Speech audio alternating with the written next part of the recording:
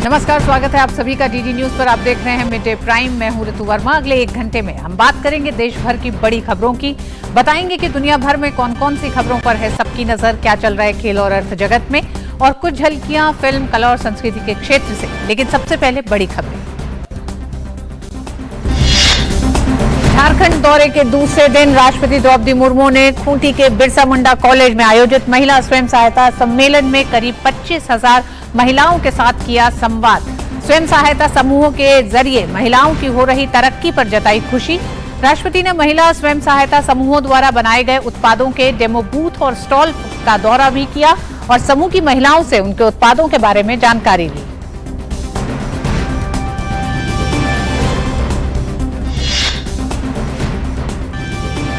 उत्तराखंड को मिली पहली वंदे भारत ट्रेन की सौगात। प्रधानमंत्री नरेंद्र मोदी ने वीडियो कॉन्फ्रेंस के माध्यम से दिखाई हरी झंडी। देहरादून से दिल्ली के बीच दौड़ेगी ये ट्रेन। पीएम ने उत्तराखंड की सराहना करते हुए कहा, कानून व्यवस्था को सर्वोपरि रखते हुए उत्तराखंड विकास के अभियान को बढ़ा रहा है आगे।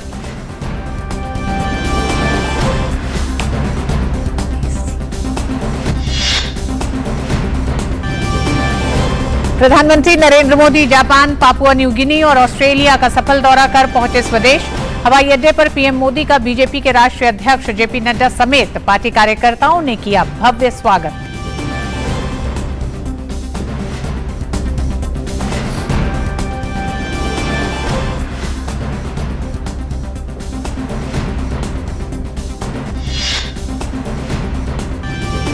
प्रधानमंत्री नरेंद्र मोदी ने कहा, भारत की अध्यक्षता में G20 की मेजबानी की हो रही है चौतरफा सराहना।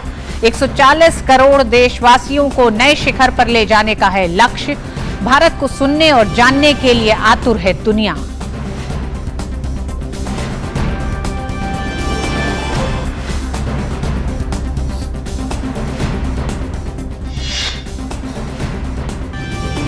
भारत की G20 अध्यक्षता के अंतर्गत उत्तराखंड के ऋषिकेश में आज से 3 दिवसीय G20 बैठक। अंतर्राष्ट्रीय भ्रष्टाचार विरोधी तंत्र पर होगा मंथन। वहीं बेंगलुरु और मुंबई में जारी G20 बैठकें आज होंगी संपन्न।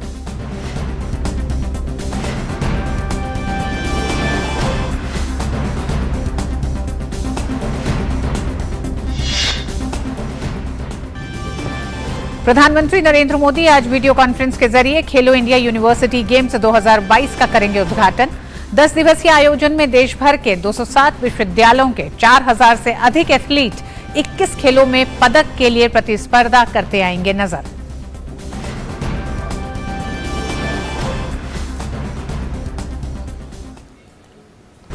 और सबसे पहले बड़ी खबरों पर नजर डालते हैं।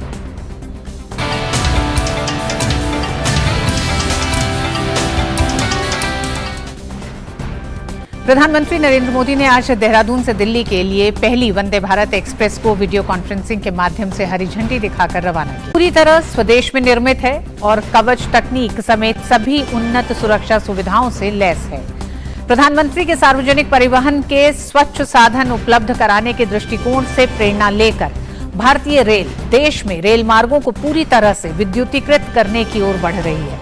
और इसी प्रक्रिया के तहत प्रधानमंत्री ने उत्तराखंड में नव विद्युतीकृत रेल लाइन खंडों का लोकार्पण किया। इससे राज्य का पूरे रेल मार्ग पर 100% विद्युतीकृत हो जाएगा। विद्युतीकृत खंडों पर इलेक्ट्रिक ट्रैक्शन द्वारा चलाई जाने वाली ट्रेनों से न सिर्फ ट्रेनों की गति में वृद्धि होगी बल्कि ढुलाई क्षमता भी बढ़ेगी। इस मौके पर रेल मंत्री अश्विनी वैष्णव के साथ देहरादून में उत्तराखंड के मुख्यमंत्री पुष्कर सिंह धामी अपने कैबिनेट सहयोगियों के साथ मौजूद रहे। ट्रेन के माध्यम से देहरादून से दिल्ली की दूरी अब महज 4.5 घंटे में पूरी की जा सकेगी, जबकि इस रूट पर चलने वाली शताब्दी एक्सप्रेस से फिलहाल समय तकरीबन 6 घंटे का लगता है। उत्तराखंड में 4 धाम यात्रा और हरिद्वार ऋषिकेश आने वाले श्रद्धालुओं की संख्या लाखों में होती है। सड़क मार्ग से अच्छे तरीके से कनेक्टिविटी होने के बावजूद सीजन में लंबा ट्रैफिक जाम और कई बार भूस्खलन की वजह से यात्रियों को काफी बाधा होती है। लेकिन रेल नेटवर्क के विस्तार और वंदे भारत की शुरुआत से न सिर्फ उत्तराखंड के लोगों को फायदा होगा बल्कि देश के दूर दराज इलाकों से आने वाले लोगों को भी काफी सुविधा मिलेगी।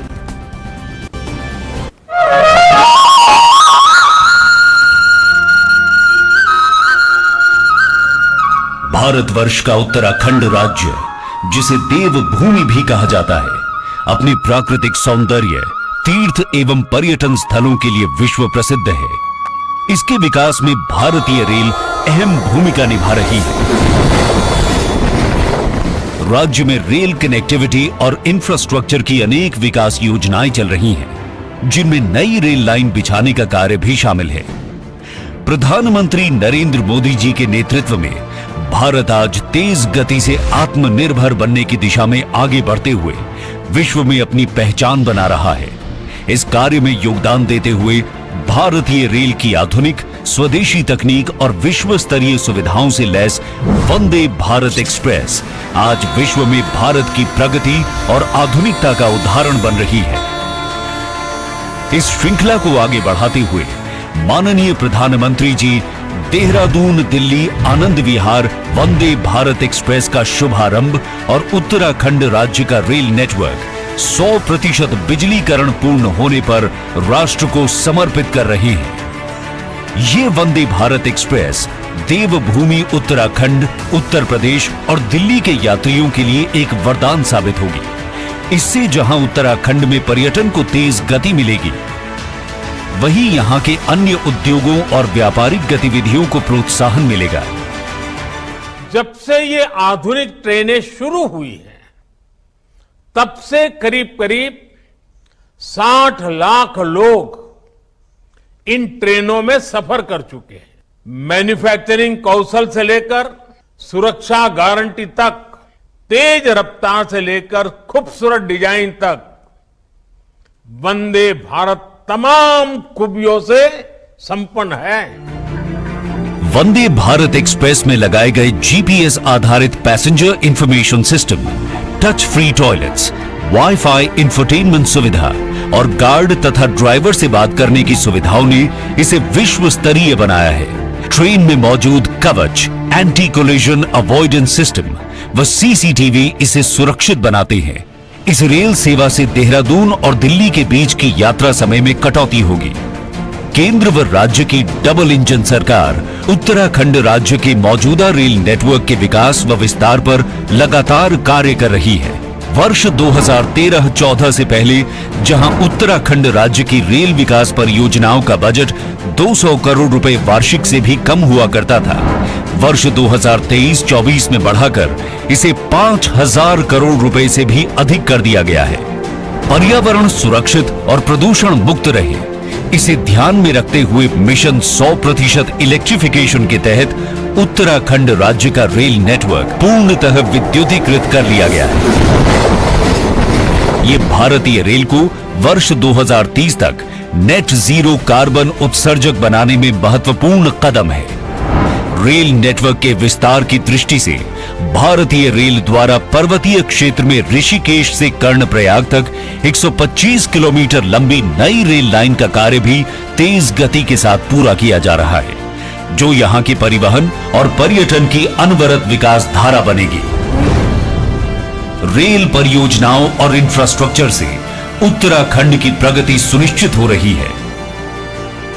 प्रधानमंत्री नरेंद्र मोदी जी के दूरदर्शी विजन को साकार करते हुए चलने वाली नई वंदे भारत एक्सप्रेस उत्तराखंड और राजधानी दिल्ली के बीच आधुनिक परिवहन का माध्यम बनकर एक नया युग आरंभ करेगी। और इस अवसर पर प्रधानमंत्री नरेंद्र मोदी ने कहा कि दिल्ली और देहरादून के बीच चलने वाली वंदे भारत एक्सप्रेस ट्रेन देश की राजधानी को और तेज गति से जोड़ेगी। इस ट्रेन से दिल्ली और देहरादून के बीच रेल सफर में अब समय काफी कम हो जाएगा। ट्रेन में जो सुविधाएं हैं वो इस सफर को आनंददायक बनाने वाली हैं।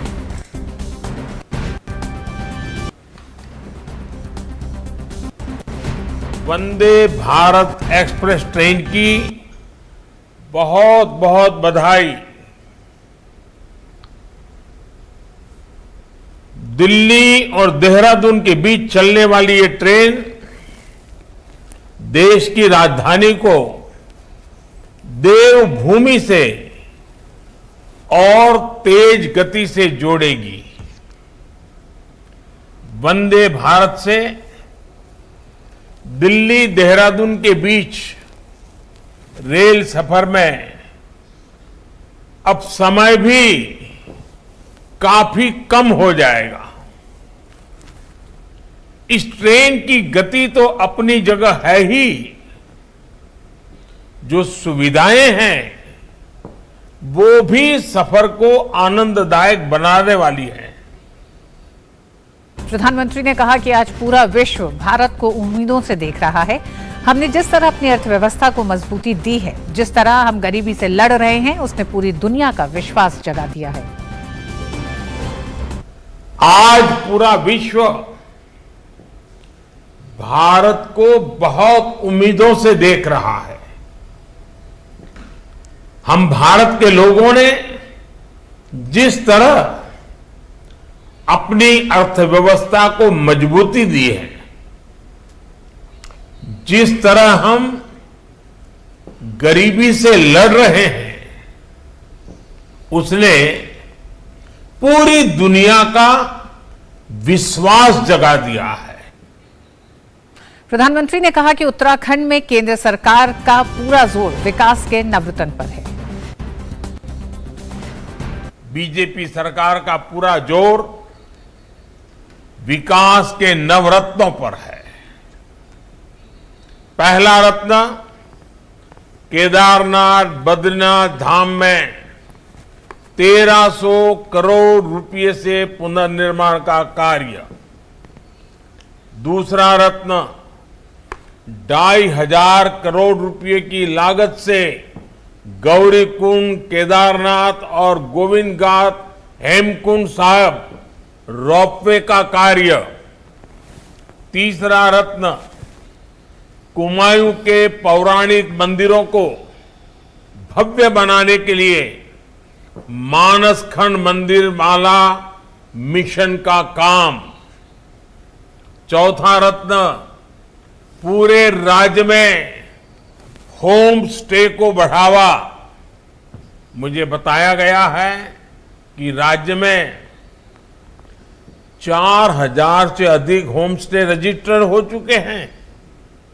पांचवा रत्न 16 इको टूरिज्म डेस्टिनेशन का विकास। छठा रत्न उत्तराखंड में स्वास्थ्य सेवाओं का विस्तार। उधम सिंह नगर में एम्स का सैटेलाइट सेंटर भी बनाया जा रहा है। सातवां रत्न करीब 2000 करोड़ रुपए की लागत वाली टिहरी लेक डेवलपमेंट परियोजना। आठवां रत्न ऋषिकेश हरिद्वार का एडवेंचर टूरिज्म और योग की राजधानी के रूप में विकास। और नवा रत्न टनकपुर बागेश्वर रेल लाइन। इस रेल लाइन पर भी जल्द काम शुरू हो जाएगा। और इस अवसर पर रेल मंत्री अश्विनी वैष्णव ने कहा कि आज बहुत सौभाग्य का दिन है। पीएम आज देवभूमि को वंदे भारत की बहुत बड़ी सौगात दी है। आज से 10 साल पहले जब रेलवे की विकास की बात आती थी तो केंद्र सरकार की तरफ से 187 करोड़ रुपए मिलते थे और 2014 में प्रधानमंत्री मोदी जब आए तो उन्होंने तुरंत उत्तराखंड के लिए फंड की व्यवस्था की। उत्तराखंड में रेलवे के लिए 2000 से 4000 करोड़ रुपए तक की व्यवस्था की गई है और इस बार उन्होंने 5000 करोड़ रुपए की व्यवस्था की। देश की जिम्मेदारी संभालते ही तुरंत उत्तराखंड के लिए फंड्स की व्यवस्था की रेलवे की। 2000 करोड़, 3000 करोड़, 4000 करोड़ और इस साल कितना दिया है मोदी जी ने? 5000 करोड़। 5000 करोड़। साथियों, ये होता है काम करने का प्रधानमंत्री जी का जज्बा और उत्तराखंड के लिए कमिटमेंट। आज उसी कमिटमेंट के कारण आप देख रहे हैं उत्तराखंड के लिए नए नए प्रोजेक्ट्स आगे आ रहे हैं। और इस खबर पर हमारे साथ जुड़ गए हैं हमारे साथी अभिषेक सिंह वंदे भारत ट्रेन पर और बात करने के लिए देहरादून से। अभिषेक, लगातार वंदे भारत ट्रेन का जो नेटवर्क है ये बढ़ता जा रहा है और उसमें अब उत्तराखंड भी शामिल हो गया है। आप इस समय देहरादून में हैं। उत्तराखंड के लोगों के लिए कितना बड़े बदलाव के तौर पर अब वंदे भारत ट्रेन रहेगी, सिर्फ सुविधाओं नहीं लेकिन पर्यटकों के लिहाज से भी।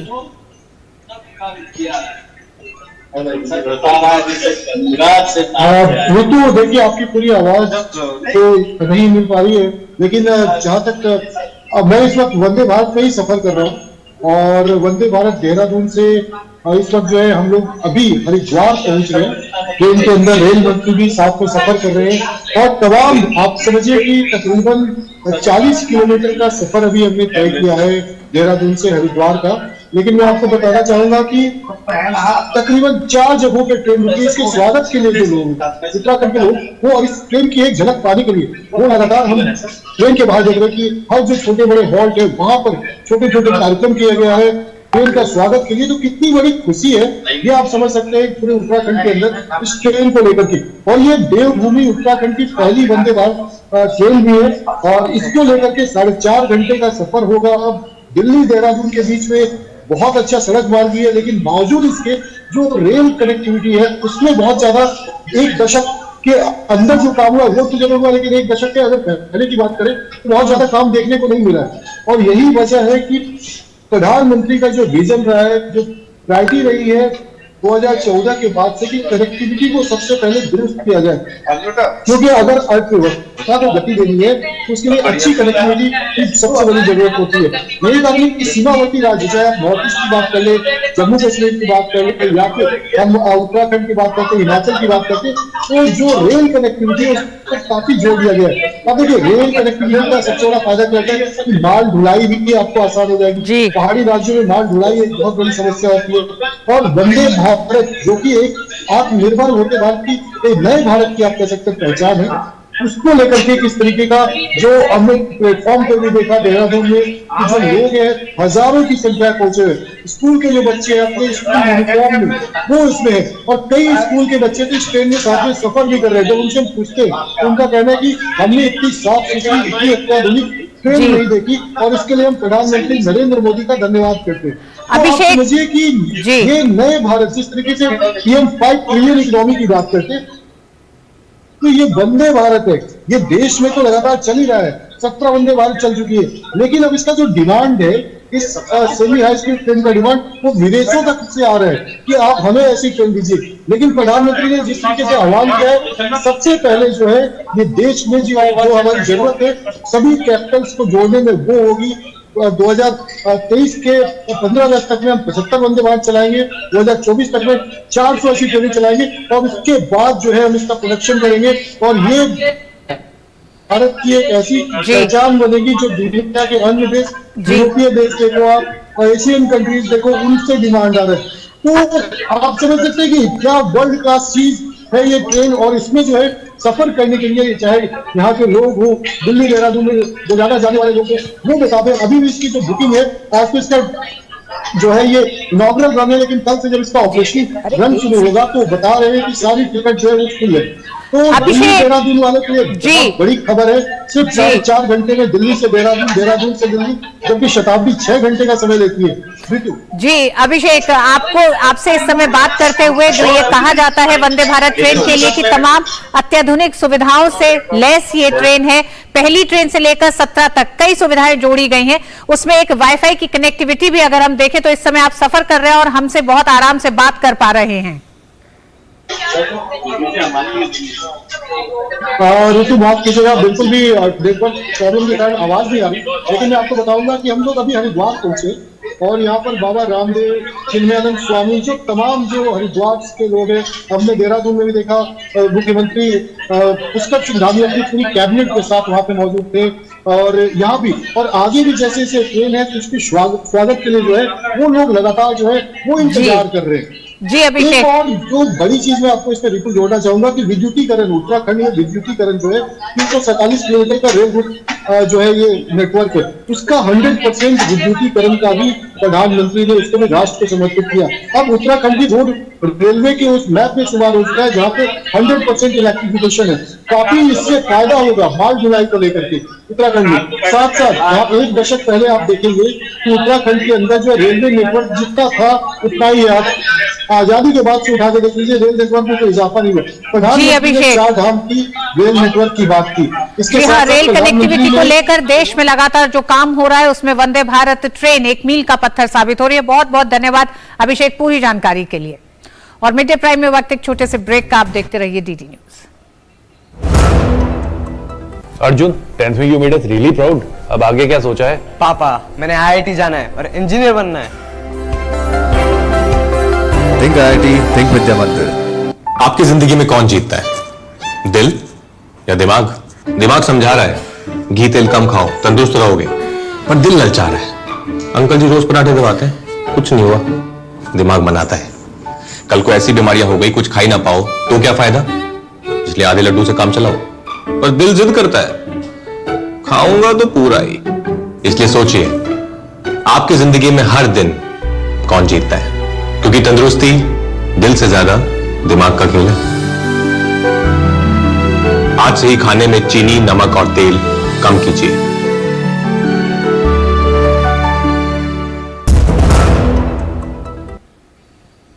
और अब बात ताजा खबर की।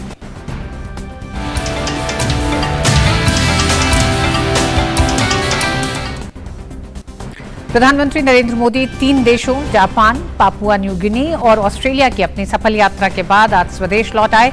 6 दिवसीय सफल यात्रा के बाद देश वापसी पर प्रधानमंत्री नरेंद्र मोदी का दिल्ली के पालम हवाई अड्डे पर भव्य स्वागत किया गया।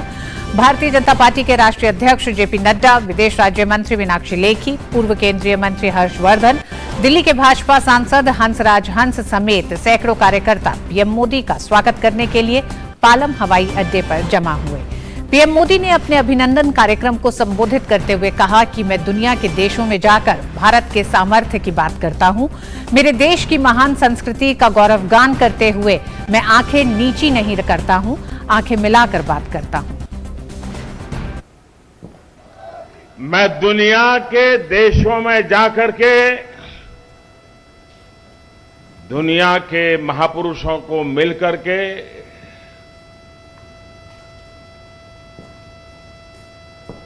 हिंदुस्तान के सामर्थ्य की बात करता हूं,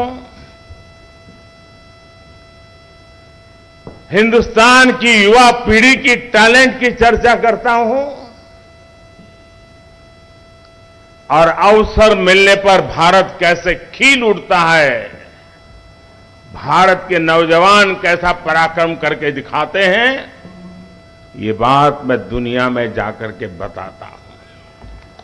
मेरे देश की महान संस्कृति का गौरवगान करते समय मैं आंखें नीचे नहीं करता हूं, आंखें मिला करके दुनिया से बात करता हूं।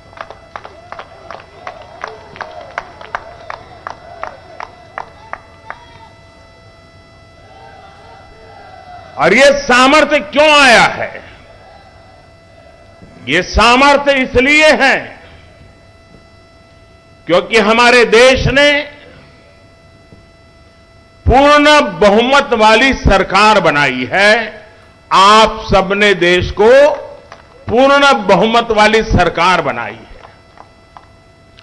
और जब पूर्ण बहुमत वाली सरकार का प्रतिनिधि विश्व के सामने जब कोई बात बताता है तो दुनिया ये विश्वास करती है कि ये अकेला नहीं बोल रहा है, 140 करोड़ लोग बोल रहे हैं। इस दौरान प्रधानमंत्री ने इशारों में विपक्ष पर तंज भी कसा।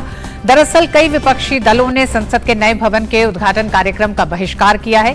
पीएम मोदी ने कहा, आपको जानकर खुशी होगी कि भारतीय समुदाय के कार्यक्रम में ऑस्ट्रेलिया के पीएम का आना हम सभी के लिए गौरव की तो बात है ही, लेकिन इतना ही नहीं। उस समारोह में पूर्व प्रधानमंत्री भी थे, विपक्ष के सांसद थे, सत्ता पक्ष के सांसद थे, सबके सब मिलजुल कर भारतीय समुदाय के इस कार्यक्रम में शामिल हुए थे।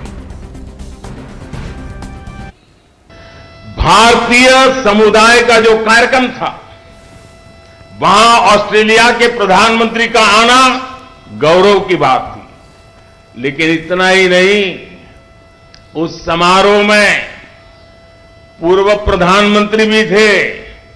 उस समारोह में पूरी अपोजिशन पार्टी के मेंबर्स थे, रूलिंग पार्टी के मेंबर्स थे। ये लोकतंत्र का वातावरण ऑस्ट्रेलिया के लोग में भारतीयों के प्रति, चाहे पक्ष सत्ता का हो चाहे पक्ष विपक्ष का हो, सबके सब मिलजुल करके भारतीय समुदाय के इस कार्यक्रम में उतने ही उमंग और उत्साह के साथ शरीक हुए थे। और भारत के एक प्रतिनिधि को, भारत के एक सेवक को दोनों पक्ष उतना ही आदर और सत्कार कर रहे थे। समारोह को संबोधित करते हुए बीजेपी अध्यक्ष जेपी नड्डा ने कहा कि हमारे लिए सौभाग्य की बात है कि जहां जहां प्रधानमंत्री नरेंद्र मोदी गए, वहां के नेता, एकेडमिया और वैज्ञानिक आपसे मिलने के लिए आतुर रहे और उन्होंने आपके साथ गहन शासन के बारे में चर्चा की। प्रधानमंत्री की इस यात्रा के दौरान विदेशी नेताओं ने जिस तरीके से प्रधानमंत्री को आदर दिया, सम्मान दिया, वो ये बताता है कि प्रधानमंत्री मोदी के नेतृत्व के प्रति किस प्रकार का विश्वास है। आपके गवर्नेंस मॉडल को दुनिया ने सराहा और समय समय पर जब भी आपने उसकी चर्चा की तो उसको दुनिया के नेताओं ने बहुत ही गंभीरता के साथ लिया और यह भी जरूर सभी ने माना कि आपने पिछले 9 वर्षों में गवर्नेंस के माध्यम से आपकी छवि और आपके माध्यम से देश की छवि दुनिया के सामने किस तरीके से आगे बढ़ करके आई है, यह भी हम सबको देखने को मिला है। दुनिया के नेताओं ने जिस तरीके से आपका अभिनंदन किया, आपका स्वागत किया, गर्मजोशी दिखाई, वह भी आपकी शख्सियत के बारे में बताता है। तो प्रधानमंत्री की स्वदेश वापसी पे भव्य स्वागत हुआ। आइए सीधे आपको लिए चलते हैं पूर्व केंद्रीय मंत्री और भाजपा प्रवक्ता रविशंकर प्रसाद की प्रेस कॉन्फ्रेंस में। चेंबर्स नहीं है और एक बात जो बार बार कही जानी जरूरी है कि अभी तक 2026 तक भारत की संसद की संख्या बढ़ाने पर प्रतिबंध है, जो एक अमेंडमेंट हुआ था। उसके बाद यह संख्या बढ़नी ही बढ़नी है देश की आबादी के अनुसार। तो वहां बैठने की जगह तो होनी चाहिए कि नहीं होनी चाहिए। आज भी सेंट्रल हॉल में आपको जब आती है राष्ट्रपति भाषण देने तो वहां अलग से टेबल लगाना पड़ता है, कुर्सी लगानी पड़ती है। तो इसको वो समझें। और एक बात जो मैंने कल भी कहा था, आज पुनः आपको हम दोहराना चाहेंगे कि आजादी के 75 वर्षों के बाद भारत को भारतीयों के द्वारा बनाई गई संसद क्यों नहीं मिलनी चाहिए। मुगलों ने बनाया लाल किला और जमा मस्जिद और हुमायूं का मकबरा, ऐबक ने बनाया कुतुब मीनार, वो दावा करते हैं। अंग्रेजों ने बनाया north block, south block, Rashtrapati Bhavan, जो वाइसरॉय हाउस कहते थे, और संसद भवन। 75 ईयर्स में आजादी के बाद हमने क्या बनाया? तो भारतीय उद्यमशीलता, भारतीय प्रतिभा और भारतीय वास्तुकला का भी एक परिचय भारत की संसद में मिल रहा है। और मुझे बहुत गर्व है कि जो संसद भवन है, ये भारतीय संस्कार के अनुरूप वास्तुकला का एक बहुत उत्कृष्ट नमूना है। और जो सेंगोल की कल्पना देश को बताई गई है, ये हम सबों के लिए बहुत ही गौरव का कारण है कि भारतीय परंपराएं क्या है। तो आए देखें। हमने तो कांग्रेस के मित्रों से एक ही बात कहूंगा कि जो इतिहास आ रहा है, तो सेंगोल की परंपरा से तो आपके नेता भी जुड़े रहे हैं जो पहले प्रधानमंत्री थे। इसकी सलाह राजगोपालाचारी जी ने दी थी जो गवर्नर जनरल थे। तो आइए उसी ऐतिहासिक धरोहर को देखने के लिए आ जाइए। और एक मैं अंतिम बात कहना चाहूंगा, क्या ये शिलान्यास में आए थे क्या संसद भवन के? बस हम नहीं आएंगे, हम इसका विरोध करते हैं। क्या आज तक ये सरदार पटेल के स्टैच्यू ऑफ यूनिटी पर 2 पुष्प चढ़ाने गए हैं, जिसके यहां जहां पर लाखों पर्यटक आते हैं हर हफ्ते? भारत का मान है, दुनिया की टॉलेस्ट स्टैचू है वो, वहां गए हैं क्या? ये जो इंडिया गेट के पीछे सेना का मेमोरियल बना है, जो अपने आप में वर्ल्ड क्लास मेमोरियल है, वहां गए हैं क्या? एक बार भी परमवीर चक्र विजेताओं को डिजिटली प्रणाम करने? नहीं, क्योंकि इसको मोदी जी ने बनवाया है, ये उनकी परेशानी है।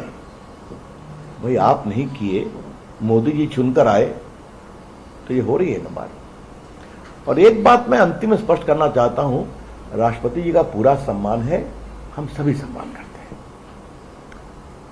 आज मैं राष्ट्रपति जी के पद को विवाद में नहीं डालना चाहता कि कांग्रेस के लोगों ने उनके बारे में क्या क्या कहा, लेकिन भारत का प्रधानमंत्री भी संसद का एक महत्वपूर्ण पार्ट है। भारत के प्रधानमंत्री जो बहुमत के नेता होते हैं लोकसभा में, उन्हें ही अवसर मिलता है प्रधानमंत्री के रूप में देश को चलाने का, तो वो भी एक संवैधानिक दायित्व रखते हैं। और आज मैं आप लोगों के माध्यम से देश को बड़ी विनम्रता से बताना चाहता हूं कि इस देश में सिर्फ 4 प्रधानमंत्री हुए हैं जो जनता के द्वारा चुने गए हैं। पहले नेहरू जी, दूसरे इंदिरा गांधी, तीसरे अटल बिहारी वाजपेयी और चौथे नरेंद्र मोदी। बाकी किसी और प्रधानमंत्री का हम कोई अनादर नहीं करते, लेकिन जनता ने नहीं चुना था। मोरारजी भाई को नहीं चुना था, लोकनायक जेपी को वोट दिया था। राजीव गांधी के समय इंदिरा गांधी की हत्या की सहानुभूति थी। नरसिंहा राव कैसे हुए, देवेगौड़ा, गुजराल जी कैसे हुए, चंद्रशेखर, पीपी सिंह, हमें बताने की जरूरत नहीं है। प्रधानमंत्री भी संसद का एक पार्ट होता है। और जो हमारे कांग्रेस के मित्र हमें बार बार सीख दे रहे हैं, तो एक अंतिम बात मुझे उनके लिए बड़े विनम्रता से रखनी है। नरेंद्र मोदी जी ने 2014 के 15 अगस्त को क्या कहा था? आज इस लाल किले की प्राचीर से 15 अगस्त के दिन हम सारे प्रधानमंत्रियों को याद करते हैं जिन्होंने देश के लिए काम किया। उसमें कांग्रेस के ही प्रधानमंत्री थे। ये मेरे घर के पड़ोस में 3 मूर्ति भवन है, जहां पहले नेहरू जी की प्रतिमा होती थी, एग्जीबिशन था। आज वहां भारत के सारे पूर्व प्रधानमंत्रियों का एक प्रकार से कीर्ति स्थापित की गई है। क्या नेहरू जी, क्या इंदिरा जी, क्या लाल बहादुर शास्त्री, क्या मोरारजी देसाई, क्या चरण सिंह, क्या वीपी सिंह, क्या देवेगौड़ा जी, क्या आई के गुजराल, अटल बिहारी वाजपेयी। अभी वहां मोदी जी नहीं है। तो ये है हमारे प्रधानमंत्री नरेंद्र मोदी जी की सोच, बड़ी सोच कि विपक्ष का भी सम्मान करें, और करके दिखाया। थोड़ा कांग्रेस पार्टी अपना हृदय बड़ा करेगी तो इस ऐतिहासिक दिन अच्छा रहेगा। विपक्ष को विरोध कर ही रहा है, लेकिन अब ये और नए संसद भवन के उद्घाटन को लेकर विपक्ष की जो आपत्ति रही है, उस पर एक तरह से हमलावर होते हुए भाजपा नेता रविशंकर प्रसाद ने बहुत साफ कहा कि 75 साल आजादी को हो गए हैं, ये सारी अभी तक की जो धरोहरें हैं ये अंग्रेज और मुगल की दी हुई हैं, लेकिन नया संसद भवन भारतीयों द्वारा बनाया हुआ है। भारतीय वास्तुकला की एक उत्कृष्ट एक तरह से पहचान है। साथ ही साथ उन्होंने ये भी कहा कि कई ऐसे मौके आए हैं जब हमने देखा है कि किस तरह से कांग्रेस ऐतिहासिक घटनाओं पर भारत के साथ खड़ी होती नहीं दिखाई दी है। और इस खबर से पहले हम बात कर रहे थे आपसे कि प्रधानमंत्री की स्वदेश वापसी पर जिस तरह का भव्य स्वागत हुआ, और उसी मौके पर प्रधानमंत्री नरेंद्र मोदी के स्वागत समारोह को संबोधित करते हुए विदेश मंत्री एस जयशंकर ने कहा कि पापुआ न्यू गिनी के प्रधानमंत्री ने जिस तरह से भारत के प्रधानमंत्री का स्वागत किया वो अपने आप में अद्भुत है। उन्होंने कहा कि मैंने पिछले 45 साल में ऐसा आदर सम्मान किसी के लिए नहीं देखा। और आइए अब नजर डालते हैं अन्य राष्ट्रीय खबरों पर।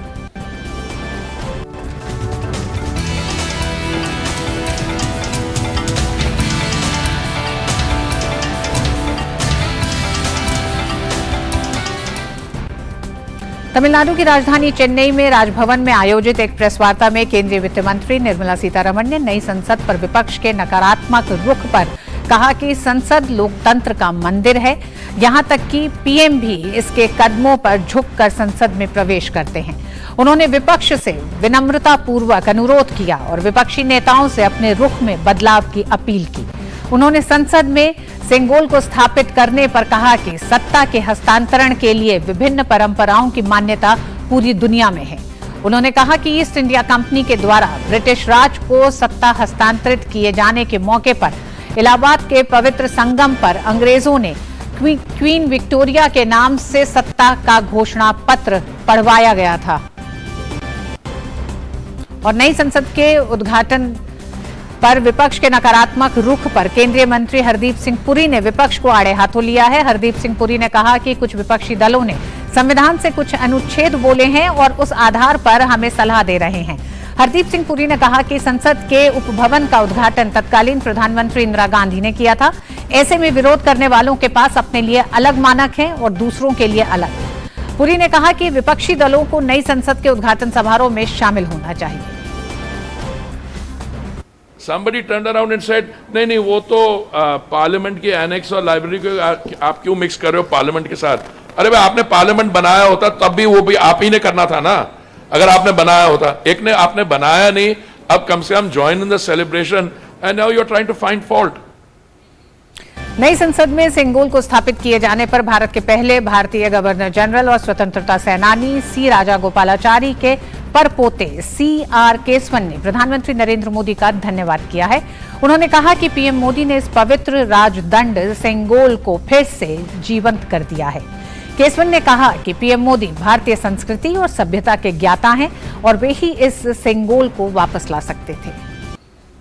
First, as an Indian, I would like to thank our Honorable Prime Minister Narendra Modi ji. I want to express my heartfelt thanks, because only a person who's has a very profound understanding of Indian civilizational heritage and Indian culture and has a deep, immense respect for our values and parampara can ensure that such an important event is brought back from oblivion into light and also given its due place in history. वहीं उत्तर प्रदेश के मुख्यमंत्री योगी आदित्यनाथ ने नए संसद भवन के उद्घाटन को ऐतिहासिक पल बताते हुए विपक्ष द्वारा किए जा रहे विरोध पर कड़ी प्रतिक्रिया जताई है। उन्होंने कहा कि आने वाली 28 तारीख स्वतंत्र भारत के इतिहास में एक स्वर्णिम दिन की तरह स्थापित होगी। इस दिन प्रधानमंत्री लोकतंत्र के सबसे बड़े प्रतीक संसद को लोगों को समर्पित करेंगे। विपक्ष के विरोध पर कड़ी नाराजगी जाहिर करते हुए उन्होंने कहा कि इस मौके पर गौरवान्वित होने के बजाय विपक्ष के विरोधी बयान दुर्भाग्यपूर्ण और गैर जिम्मेदाराना रवैये को दर्शाते हैं। पूरी दुनिया जिस पर गौरव की अनुभूति करता है, जो न केवल दुनिया का सबसे बड़ा लोकतंत्र है बल्कि भारत लोकतंत्र की जननी के रूप में भी दुनिया के अंदर प्रधानमंत्री जी ने उसको एक नई पहचान दी है। उस भारत के लोकतंत्र को कमजोर करने जैसा भी ये बयानबाजी है। विपक्ष के बयानों से विवादित करने का कुत्सित प्रयास हो रहा है। मुझे लगता है कि यह देश इस प्रकार की बातों को किसी भी स्थिति में स्वीकार नहीं करेगा।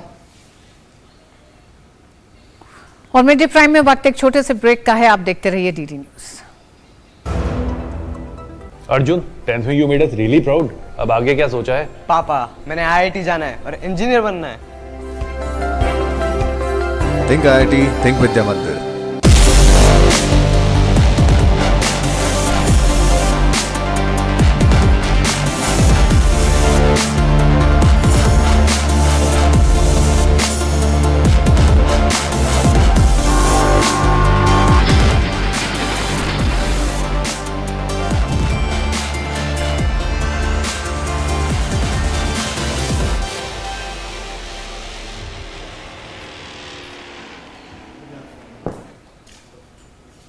राष्ट्रपति द्रौपदी मुर्मू के झारखंड दौरे का आज दूसरा दिन है। आज खूंटी में महिला सम्मेलन में स्वयं सहायता समूह की महिलाओं को संबोधित किया। राष्ट्रपति ने कहा कि मुझे इस बात की खुशी है कि आज तमाम महिलाओं के स्वयं सहायता समूहों के जरिए महिलाओं के चेहरे पर खुशी है कि वो अपनी तरक्की खुद कर पा रही हैं। कार्यक्रम में जनजातीय कार्य मंत्री अर्जुन मुंडा, जनजातीय कार्य राज्य मंत्री रेणुका सिंह सरूता, झारखंड के माननीय राज्यपाल CP राधाकृष्णन और झारखंड के माननीय मुख्यमंत्री हेमंत सोरेन ने भी भाग लिया।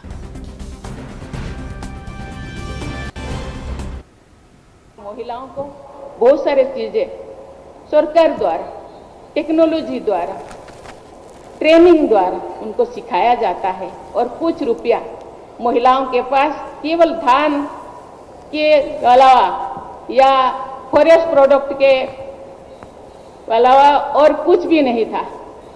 लेकिन आज महिलाएं केवल धान खेती के ऊपर निर्भर नहीं करते, आज सरकार जो महिला समूह बनाए हैं, ये आदिवासी बहुल राज्य है।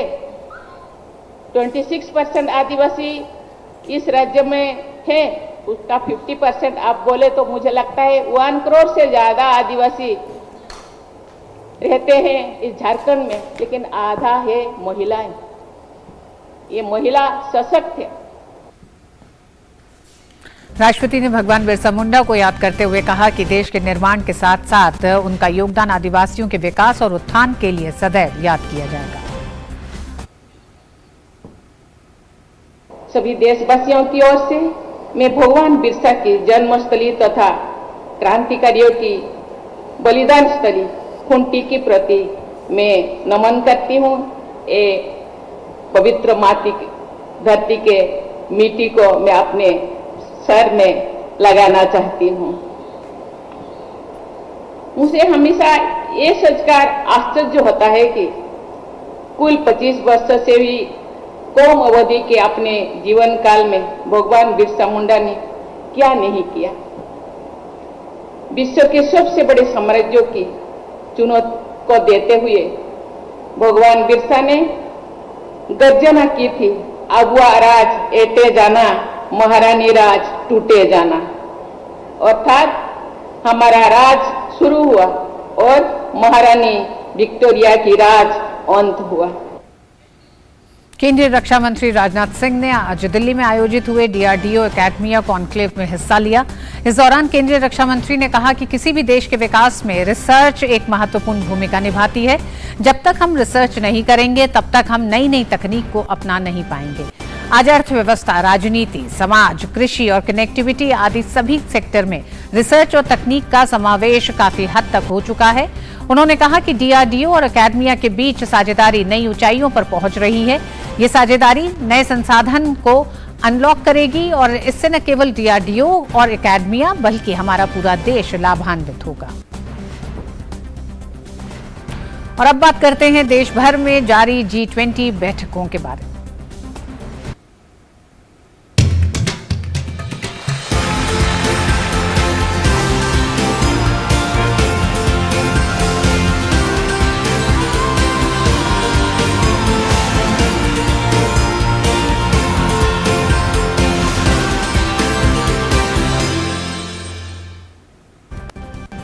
भ्रष्टाचार भारत या यूं कहे किसी एक देश की नहीं बल्कि वैश्विक स्तर पर एक अभिशाप है जो संसाधनों के प्रभावी उपयोग और समग्र शासन को प्रभावित करता है, जबकि भ्रष्टाचार हाशिए पर रहने वाले गरीब लोगों को सबसे अधिक प्रभावित करता है। इसलिए भारत की G20 अध्यक्षता के दौरान उत्तराखंड के नरेंद्रनगर में चल रही बैठक में भारत भ्रष्टाचार के खिलाफ जीरो टॉलरेंस नीति सुनिश्चित करने और अंतर्राष्ट्रीय भ्रष्टाचार रोधी तंत्र को मजबूत करने पर चर्चा हो रही है। नरेंद्रनगर में 3 दिवसीय G20 बैठक में शामिल होने पहुंचे विदेशी प्रतिनिधियों का जॉली ग्रांट हवाई अड्डे पर पारंपरिक तरीके से स्वागत किया गया। विदेशी प्रतिनिधि स्थानीय कलाकारों के साथ डांस करते नजर आए।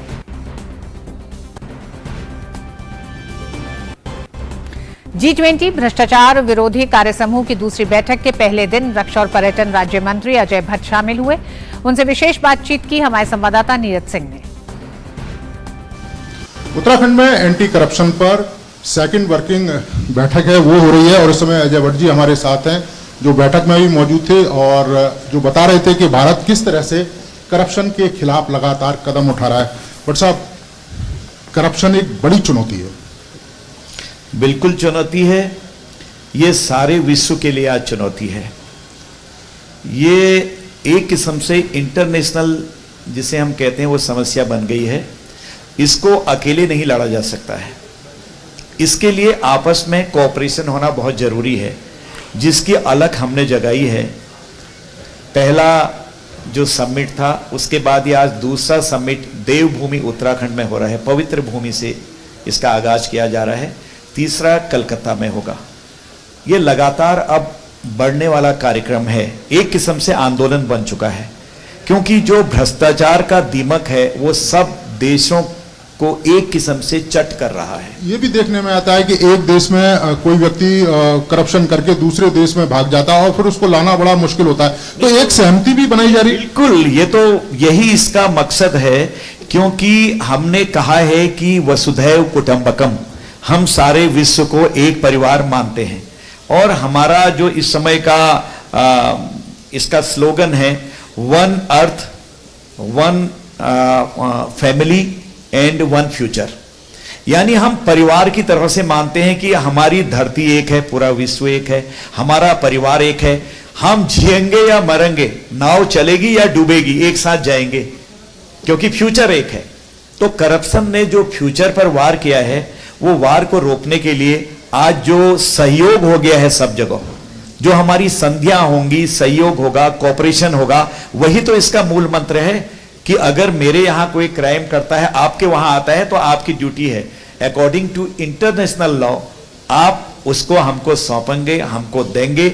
हमारे वहां आता है तो हम सौंपेंगे। तो इस तरह से परिवार पर अगर संकट आता है, विश्व पर अगर संकट आता है, तो हमारे परिवार पर संकट है, क्योंकि हम एक हैं। ये कॉन्सेप्ट आज बड़ी तेजी से ग्रो किया है और लोग इस पर एक हो रहे हैं। तो ये थे हमारे साथ अजय भट्ट जी, जो बता रहे थे कि इस समिट का मूल मंत्र क्या है, करप्शन के खिलाफ एक माहौल तैयार करना वैश्विक स्तर पर, और ये बताना कि अगर एक देश में कोई अपराधी क्राइम कर जाता है तो दूसरे देश को भी उसी तरह से सहयोग करना चाहिए। कैमरामैन एसपी दुबे के साथ नीरज सिंह, डीडी न्यूज, उत्तराखंड। प्रधानमंत्री नरेंद्र मोदी की सरकार 9 साल पूरे करने जा रही है। मोदी सरकार की जन कल्याणकारी योजनाओं ने देश के गांव, गरीब और आम लोगों के जीवन की तस्वीर और तकदीर बदल दी है। आज के न्यूज लेंस में जानिए ऐसी योजनाओं के बारे में जिन्होंने देश के गांव, गरीब और आम लोगों के जीवन को बदला है।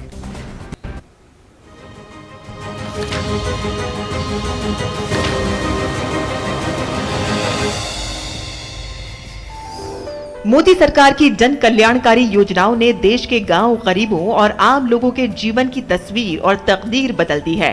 अटल पेंशन योजना ने जहां बुजुर्ग गरीबों को आत्मनिर्भर और सशक्त किया, तो वहीं उज्ज्वला योजना से महिलाओं को चूल्हे के धुएं से मुक्ति मिली।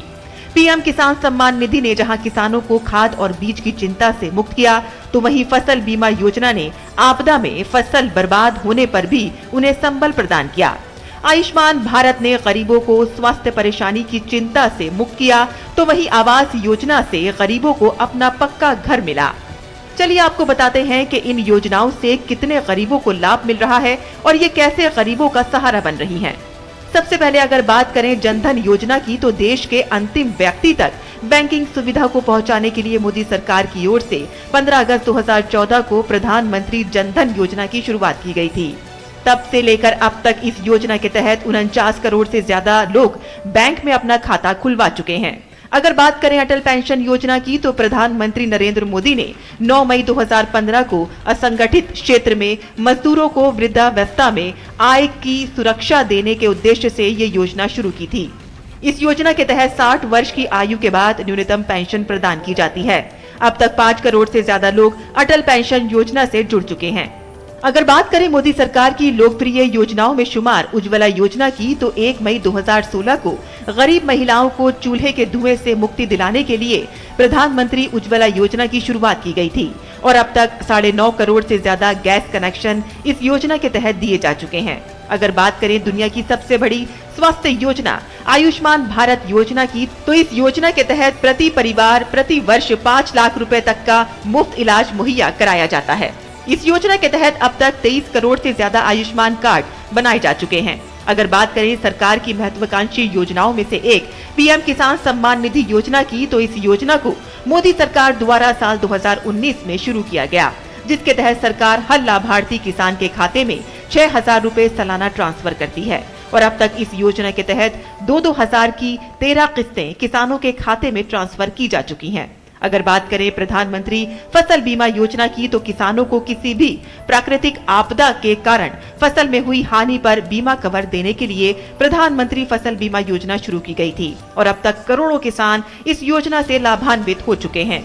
अगर बात करें प्रधानमंत्री आवास योजना की, तो 2015 में हर परिवार को पक्का घर मुहैया कराने के उद्देश्य से ये योजना शुरू की गई थी। प्रधानमंत्री आवास योजना के तहत मोदी सरकार अब तक 3 करोड़ से ज्यादा पक्के घरों का निर्माण कर चुकी है।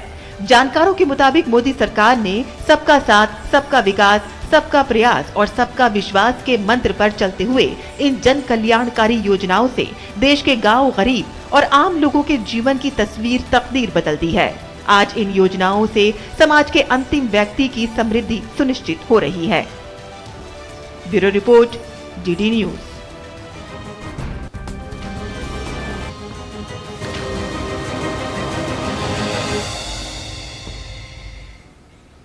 और आइए अब देखते हैं खेल जगत की खबरें।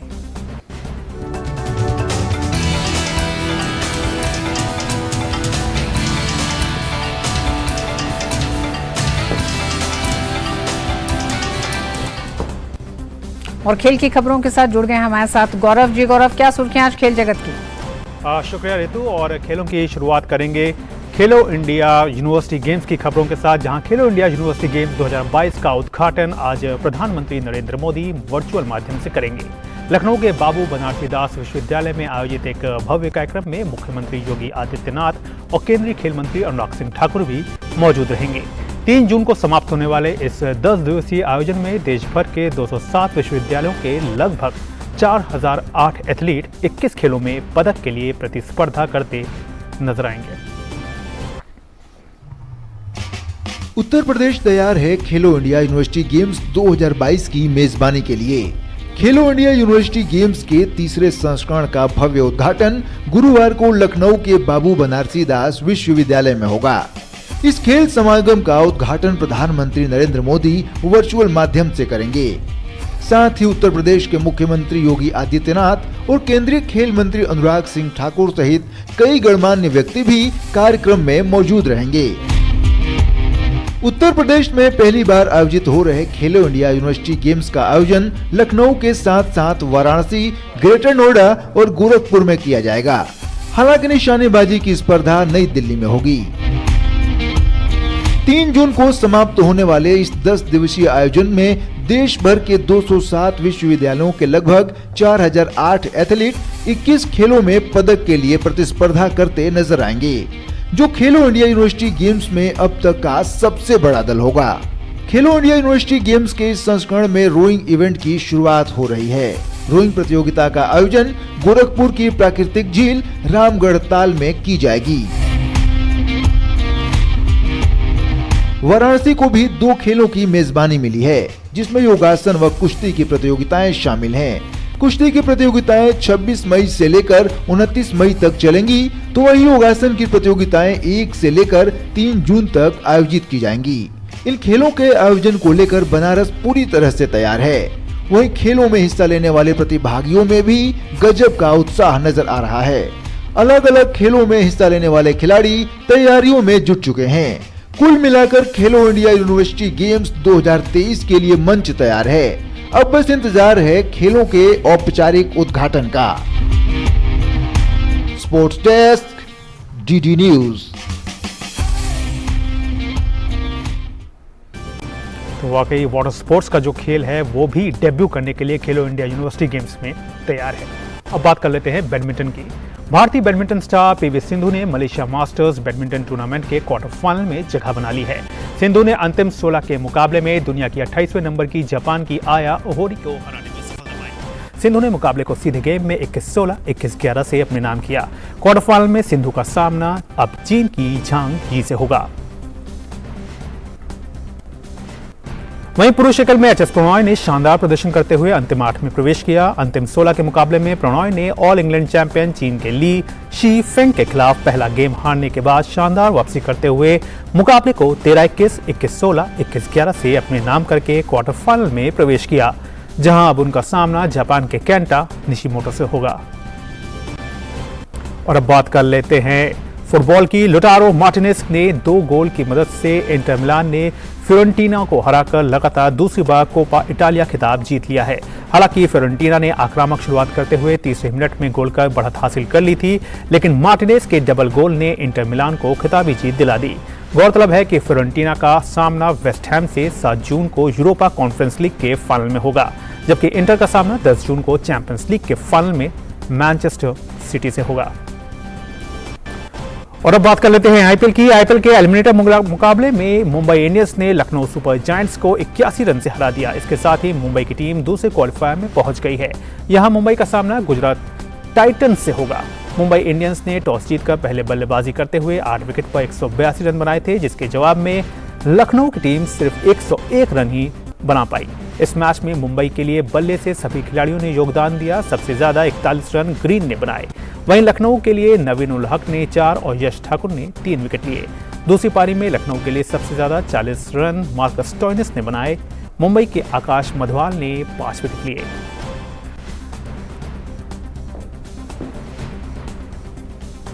तो ऋतु, ये थी खेल जगत से जुड़ी हुई तमाम खबरें, लेकिन वापस एक बार फिर से आपके पास।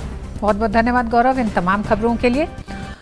और खेल की खबरों के साथ ही आज मिड डे प्राइम में बस इतना ही। हमें दीजिए अनुमति। डीडी न्यूज पे खबरें जारी रहेंगी। नमस्कार।